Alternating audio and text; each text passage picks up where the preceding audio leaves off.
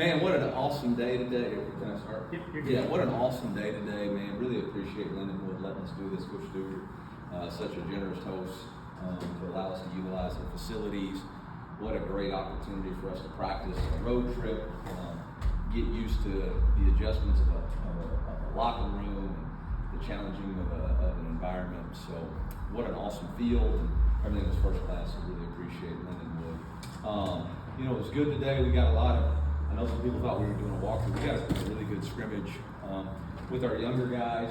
Let the quarterback still go, but took out a good portion of players who had played significant snaps in college football. We kind of helped those guys out and let some younger guys get to work. So it was really good there. And then we let the special teams specialists get the punt and the field goal work. Challenged. I didn't feel like offensively or special teams we started fast at all. We had a shank punt, we had 3 and out, we had 3 and out, and it just wasn't what we needed to do offensively or special teams wise if you're going to go on the road. I thought defense started really fast, which was good. Offense settled in, got a couple of scoring drives there. Blake was able to kick a couple of field goals just to get that work in. Was on the field a little less than an hour from a football playing game, but totally came in and did our pregame and all that. So it was really good heat exposure. Fired up where we're at. So get back, dinner tonight, meetings off tomorrow, and then finish up camp. I told them next week's all about urgency. We got to have another urgency to raise our level of where we're at. We can't just coast.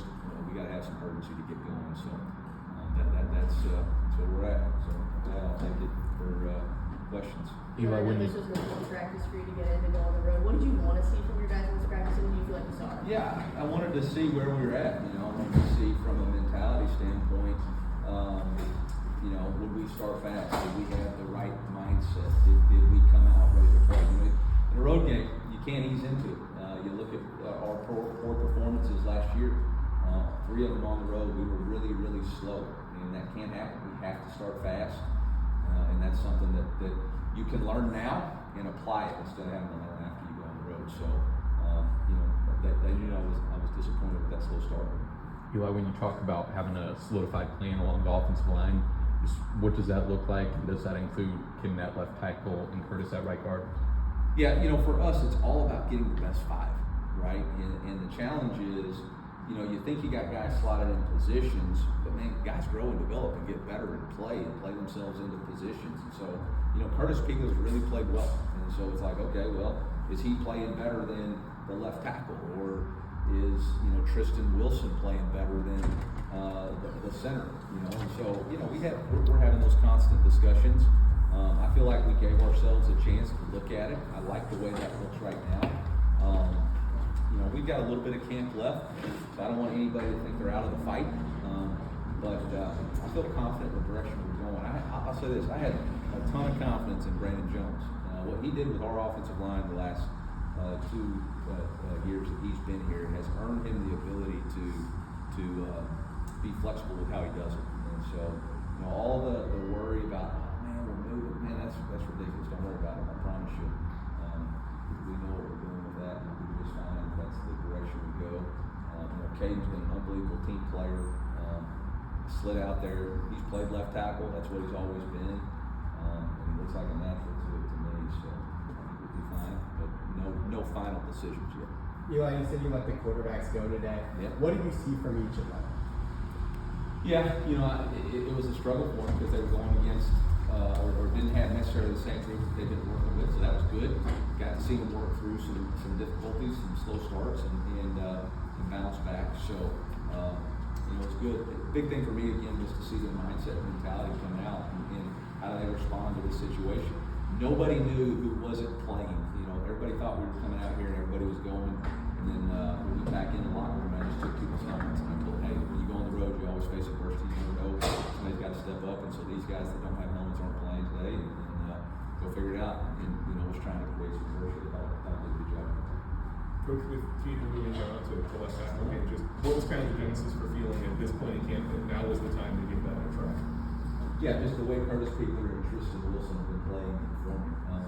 Those guys, what happened with Connor got dinged up, and so we had to move Tristan to center, and in order to get the twos, the reps we wanted, we moved Dom to the number 2 center, which gave Curtis a real shot to play at the 1 right guard position, and he played really well. And like it was one of those things like, okay, well, all right, well, if he's playing one of the best 5, how do we get the best 5 on the field? And you know, whether it happens in camp, you know, I think there's a misnomer that at the offensive line position, you just play one position, one techniques. That's what the outside zone helps us do. You know, you take reps all across the line. And position flexibility is the name of the game. That's why you got to be able to have your best 5 on the field. And so, you know, Tristan and Curtis are competing at the right guard position, and Jalen's competing at the left tackle position, and competition is very clean. Eli, how has the quarterback competition brought out the best in Sam and Bo? Yeah, I think both of them are really straining, and you know, I think when one guy has a big day, the other one knows they have to respond. You know, my challenge for them, they were both, you know, we voted captains yesterday, and both of them were voted captains on the offensive side of the ball, along with Connor Paulson and Caden Green. My challenge for them is to lead when you're not the quarterback. You know, don't be in the back just watching the plays. Like, go lead, go be on the sideline, go provide energy. Because that's really the next step. It's who really rallies the team. And you know, it was awesome to see both of them get votes. On the defensive side of the ball, Zion Young, Devin Parnell, Jalen Cadillac, and Khalil Jacobs were voted, and Logan Bucky was voted the special teams captain. So a lot of guys voted captain, 9. I've never had that many, but it's one of those things where I knew this class had strong leadership and guys believed in them. So I'm excited about that. Coach, a few days back, you had mentioned that you felt strongly in about 18 defensive players on that side of the ball, but would like to maybe have a rotation consisting of 25. Have there been any new faces emerge since then as guys that stick out? I'll tell you what, man. Caleb Flagg has had an outstanding fall camp. Santana Banner's been really, really good. Mose Phillips has been good. I think we know exactly where we're at with the 3 corners. You know, we got 6 defensive ends that continue to pop for us. I felt really good about the way Marquise Graciel has grown up and developed. And the size and dominance that he can play with on the interior. You know, we've got 4 really good linebackers, so I think we're really close to that. The good news is the rest of these guys, like the Brian Huffs of the world, man, they really shined on special teams, length and speed, and can really run. And that's been exciting. Jeremiah Beasley's a guy that's really popped, both playing and playing special teams. So it gives Coach Link a deep bench to really get guys on the field. On the quarterback situation, what do you need to see next week, and how do you see the decision point itself out of where he's from? Yeah, I don't have a timeline yet on the decision, so you know, everybody else is pressed about the week 1. I'm not really pressed about it. I'm pressed on who's going to reveal himself as the starting quarterback. I think you know they're both playing really well from a statistical standpoint, from a touchdown interception ratio, from a completion percentage, from a third down percentage. You know, I broke it all down yesterday on our off day, and it's remarkable how close it is. For me, it's about being a transformational leader at this point, and who's going to lean into the team and really get the most out of those guys. And they're going to have to kind of separate themselves from the quarterback battle and really get the most out of the guys they're playing with. Coach, I'm not sure if you've seen it yet, but the example just put on our board that the Big Ten is populating the idea of expanding the playoff to 24 or 28 teams. What are your thoughts on that? Yeah, my thoughts are it's hot as crap out there. And you know, I'm really focused on how do we start faster. You know, we didn't start fast enough. How do we show up on the quarter? On the ride home, I'll look at Pete Daniels' tweets and I'll process that. But right now, I'm too hot. Hey, on the quarterback situation, do you feel like game, like you said, there's urgency, there's no timeline also, but does game reps help with that decision? Like, would that potentially help sort of set somebody apart? Yeah, absolutely. It could. If we feel like there's no clear-cut decision, I'm not going to force a decision. And then that means that they would both play in the first game and we'll evaluate those reps. But I don't feel the pressure like, oh, I've got to make a decision, we've got to move on and solidify it. Like, that's not the case with this football team.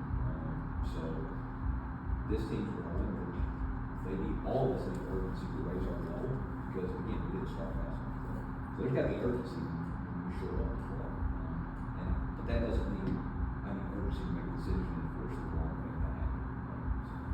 Coach, Be quick but don't hurt. Be quick but don't hurt. Coach, you spoke to the depth of your team a few months ago on paper, and it sounds like with everything we've heard the last few weeks is that the depth has it lived up to your expectations and the competition that it's brought this camp? Yeah, probably more so than I expected, specifically on the defensive side of the ball, but even with the offensive line. Like, I didn't know that we were gonna have two young guys really develop into solid, I think, SEC offensive line, with Tristan Wilson and Curtis Peeper. You know, those guys have kind of been penciled in as maybe, you know, quality backups. I'm telling you right now, those guys can play at a high level in this league, and you know, that has been really something to watch.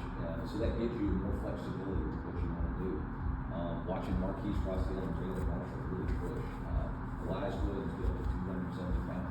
The defensive ends, D-Hop again, and he was dominant out here today. You know, so that's been really, really exciting. Cool. Yeah. I'm curious how you've seen Judici. Judice? Judici, yeah. I'm Judici. I'll ask you. You might be right. Yeah, one of the two. How you've seen him slot in at left guard, and is he at this point in time the great glass center as well? So the thing about Don is he is like the glue that holds that whole group together.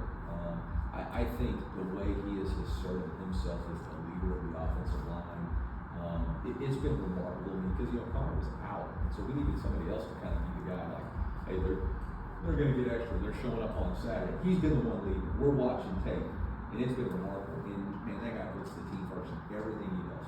He can play center, he can play right guard, he can play left guard, he can play them all at a really, really high level. I would say right now, if something happened with Connor, we would start Tristan at center, and Dom would stay at guard. But that would be, you know, and like I said, like, there's times right now where I get mad at Connor, and I'm just like, hey, put Tristan because he, you know, he's playing really well. So, we got no problems with sliding that in. You know, and I think people assume that flexibility means that we're struggling. Not struggling. Coach, with Caden Green, I mean, I know we didn't see a limited part of practice, so we just seen him at left tackle this week, but during the offseason, have you guys? What did you think about it? Coach, I'm just watching. I just see the You're moves. not to evaluate. You evaluate our decision to move, but you didn't evaluate like he's cool. He's cool, he's doing What his about job. athleticism, size, footwork, speed, being able to control the edge, play by himself against long defensive end? You feel like he can do that? Yeah, we're gonna see. We're gonna see. I mean, we don't get to see that much. You did. I mean, did he play a left tackle during the scrimmage? I don't know. I don't think so. I wanted to say, is he doing, you know, left tackle work, obviously when we're not there, so it's just kind of easy to say, hey, that's what we're gonna do. Yeah, I think that's again, guys, these people, our players work all the time on the craft, right? And so I think you're right. We get to see a small portion, right? And that portion you saw, wow, he's moving a left tackle. Oh my gosh, they're pulling the ripcord, something wrong. It's something they've been doing all summer. It's something that he's worked towards. It's something that when he first got here, he did. He wasn't as comfortable, so moving into left guard at a really, really high level. But now he's more comfortable and confident as a player. So it gives us the freedom to slide him out and say, are you still comfortable and confident as the left tackle? Because it's a little bit further from the ball, a little bit more in space, a little bit more isolation. Guess what? He's pretty confident, pretty comfortable. And so that's a good sign. So I feel pretty good about it. Coach, with Tristan and Curtis, where have you seen over this last chunk of time? Where have you seen them grow and develop to where you're comfortable saying that they're SEC I think caliber? physicality, but also footwork, fundamentals, understanding pad leverage. You know, they had an entire offseason with Coach Russ, so their movement skills are so much different. You know, Curtis Peeper's body has changed. He's a big guy, powerful, but if he uses his feet right, gets his hands on you, that's a tough out, you know. And so that's good. Two more. Two more, okay. You mentioned Danny Hopkins as a standout today. I mean, what Yeah. other freshmen really caught your eye? Today? Yeah. Yeah, Jason Dell had a sack, D-Hop had a sack, Jalen Wilson had a sack, a lot of sacks. Sean Terry had a big time third down catch. Donovan Olubade always shows up. Marquise Davis and Haygood both had big time runs. So yeah, it's just right off the top there. Top row there. Coach, your receiver room depth, I feel like we overlook it sometimes, and with Luther being gone, it's almost as if that position group isn't getting the attention that it did a year ago. How good have they been top to bottom? You mentioned Donovan. Yeah, been really consistent, right? Kevin, Flash, Josh. I think Josh has had the most consistent camp. I mean, Daniel Blood. Those guys have played a lot of football, right? And they know what it looks like in this league. They want to get open in